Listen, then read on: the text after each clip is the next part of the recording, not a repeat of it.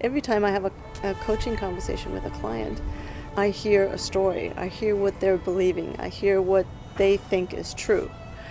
And then I chime in with some information about, well, from where I'm sitting, it actually looks different. This is what I'm looking at.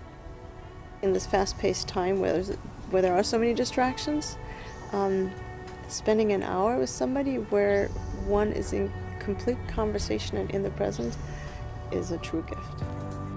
What coaching really is awareness building. It's really raising the consciousness of the people that I'm working with. And if they're not aware of the roadblocks that they have in front of them, it's really, really challenging to really uncover that. Even when you start with somebody in an organizational setting or work with teams or CEOs or at any level, at the end of the day, their personal life has an impact on what they're doing at work as well. So you do need to take a look at that. So it's really a step-by-step process to get them to be more and more aware of what is actually going on, what they're really, really good at, and what some of the limitations are that they are dealing with.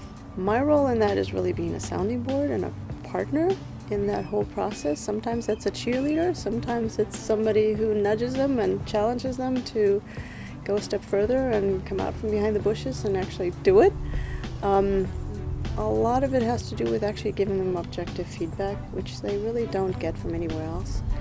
So really coming from the outside is a huge plus in terms of giving people the feedback they actually deserve in order to overcome the roadblocks that they really put in front of themselves.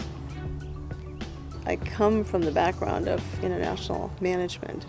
And originally, when I first started out in my career, I was bridging divides in terms of nationalities. I come from Germany and I live in California and I go back and forth a lot. So bridging different cultures was something that I've always been very keen on and I feel very strongly about.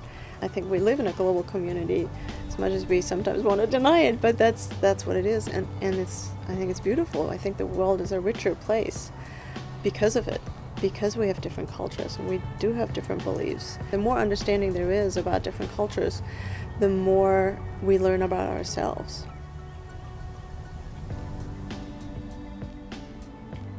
Without bridging those divides, we'll never really have freedom. It's really a matter of making peace with oneself to understand where the gaps are in communication and in conversation. And if we can get everybody on the same page in terms of understanding, not necessarily agreeing with each other all the time, but in terms of understanding, that's a gift to the world because we can actually move forward as one rather than as a divided group of people. So really being in the moment is precious, and every time I get to have a conversation with a client on the phone, we're both in the moment, and that's a precious gift that they're giving me and I'm giving them, and that's fabulous.